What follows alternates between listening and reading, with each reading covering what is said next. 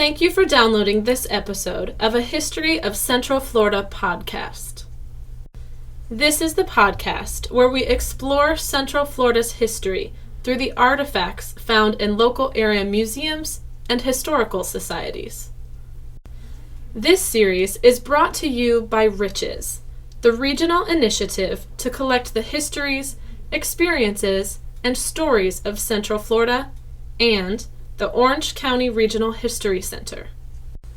I am Kendra Hazen, and I will be your host for today's episode titled Piliklikaha.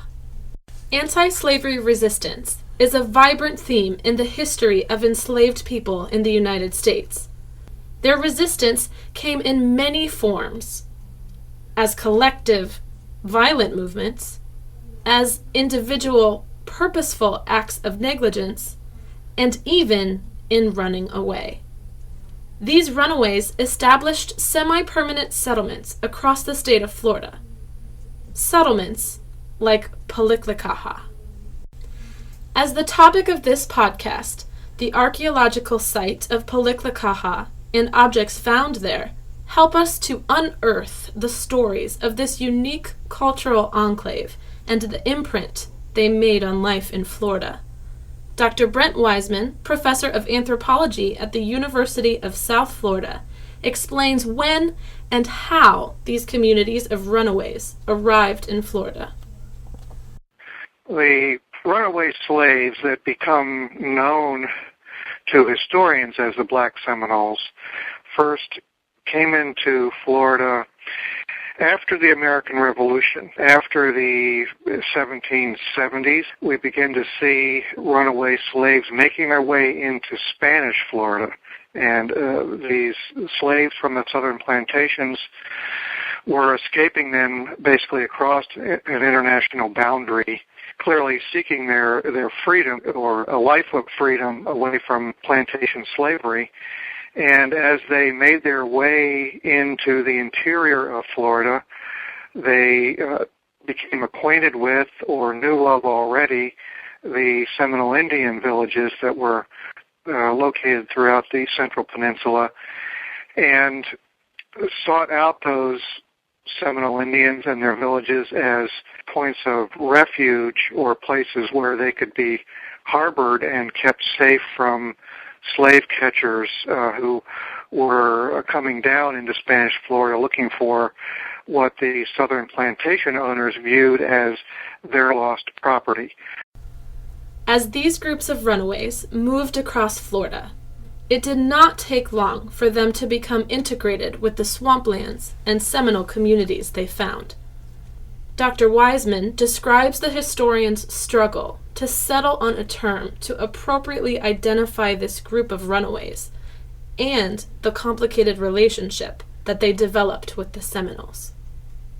The name Black Seminole itself as a historical term is one that's used out of convenience by modern historians. At the time, what you see the Americans or any of the European colonists referring to these people as mostly as Seminole Negroes or simply Negroes or some combination of those terms that made it clear that they were associated with the Seminoles but were distinct from them. Black Seminoles lived apart from the Seminoles in their own villages but were associated with particular Seminole leaders or the chiefs of the various towns and were linked to them through a tributary relationship where they would give a certain number or a certain amount of crops per year, numbers of bushels of corn and other agricultural produce to the Seminoles as tribute in exchange for protection by the Seminoles from the slave catchers or any other governmental attempt to reclaim the Black Seminoles and return them to their owners. Historians have used varying terms to try and explain the Black Seminole relationship, including ownership, forced servitude, or even patrons and clients. There was probably as much variation in their actual relationships as there are in these terms. Yet, two things are quite clear. First, the Black Seminoles were never completely integrated into the Seminole community as equal participants. It's also clear that the knowledge and skills the Black Seminoles brought with them benefited the Seminoles. Dr. Weisman describes one of their positive contributions. One thing that the Black Seminoles at the time brought to the Seminoles was an expansion of their agricultural base. They knew how to grow rice, and they knew how to work in sort of an open field agriculture, and they definitely helped the Seminoles survive and become prosperous during the 1800s. Piliklikaha was created up near Bushnell, Florida, in the Piliklikaha Prairie. This site eventually earned the name Abraham's Old Town after its Black Seminole leader who famously assisted the Seminoles as an interpreter. Archaeologists, anthropologists, and historians have all been interested in understanding the diversity of the community that formed at Piliklikaha. Dr. Terrance Weik, Associate Professor of Anthropology from the University of South Carolina, tells us about the demographics of Piliklikaha and one of its Seminole inhabitants. There are some record, a small number of cases of Africans in Seminole Piliklikaha society from. It seems like there were a number of families, largely maybe like 5 to 10 individuals, some of them with 2 parents, seemingly in a household. I would say, all in all, Piliklikaha was a very small settlement. 100 people is not a lot of people. When you start thinking about families, that probably could have meant like maybe 10 families even. And the overall surface area of the site was probably about half the size of a football field at the most. It was a small-scale society. They were family groups living there.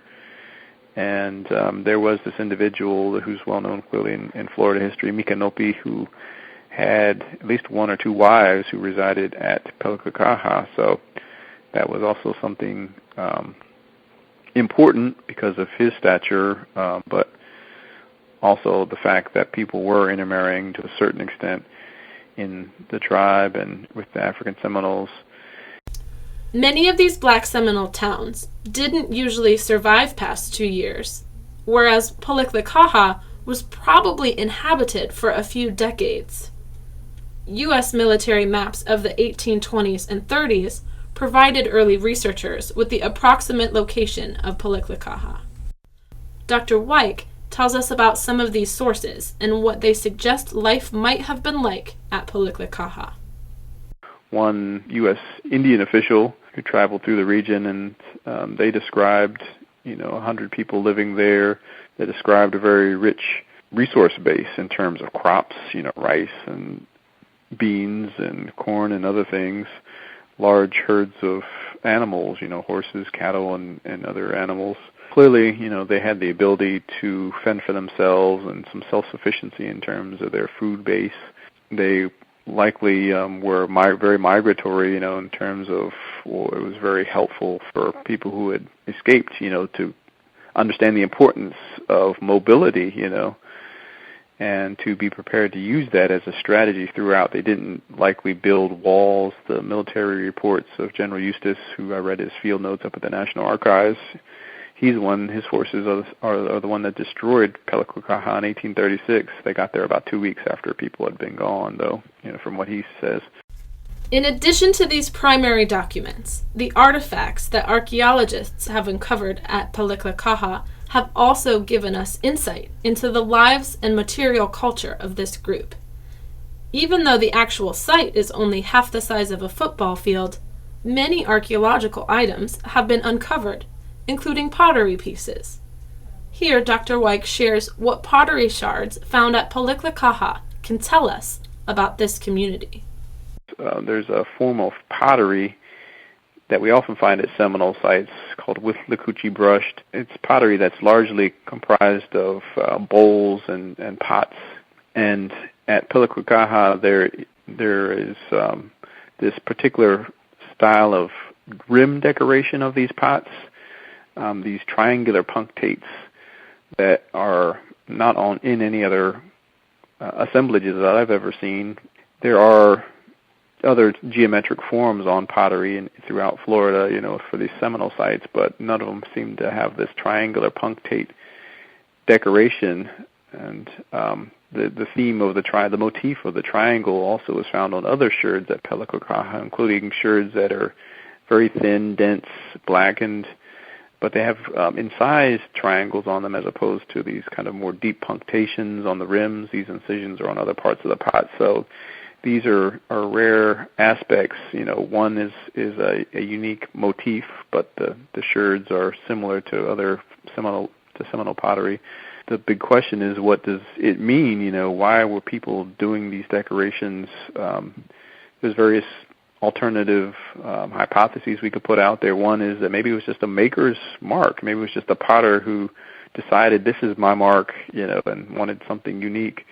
Another potential interpretation is that, maybe it was a marker of collective identity, emblematic identity, a signifier of group consciousness, or a desire to, just like people who have flags, have a material marker of their group identity.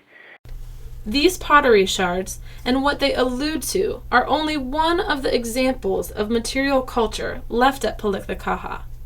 The imprints left behind by their building structures tell us that their houses were temporary structures, which probably meant that they were ready to run if need be. But other objects found at the site suggest that they lived well, even though their homes were intended to be temporary. Pieces of clay pipes found at the site suggest the use and trade of pipe tobacco. Parts of ironstone platters, pearlware plates, and stoneware mugs from European sources suggest that they had connections to trade networks outside Florida. Even metal pieces found were possibly parts of kettles or tools used in their daily lives. Another object found at the site are beads. Here's Dr. Weik describing the significance of the beads used by the Black Seminoles at Piliklikaha. The beads are kind of complicated to interpret because, there's not a lot written from the perspective of the people who live there, and there aren't a lot in the oral histories about them. And in photographs by folklorists and anthropologists and others, we see that Seminole are heavily, invested in beads. Those who lived in Florida, definitely in terms of Africans or Native Americans or people who might have a kind of dual ancestry. I think beads, probably played a variety of roles. One from the perspective of aesthetics. People decorated themselves. There certainly was attention to what your dress, and your adornments say about yourself. Beads in many societies also can carry spiritual significance. All of the beads, pottery, and other objects found at Piliklikaha demonstrate the agency and creativity with which this particular group of Black Seminoles lived. They were one of the many communities of Black Seminoles that resisted slavery by fleeing to Central Florida, and in turn left behind their agricultural imprint and remnants of their material culture. We hope you have enjoyed this episode of A History of Central Florida podcast. For more information about the Black Seminoles, please visit the Florida Museum of Natural History at 3215 Hull Road, Gainesville, Florida, 32611. Make sure to join us for our next episode titled Tobacco Pipes.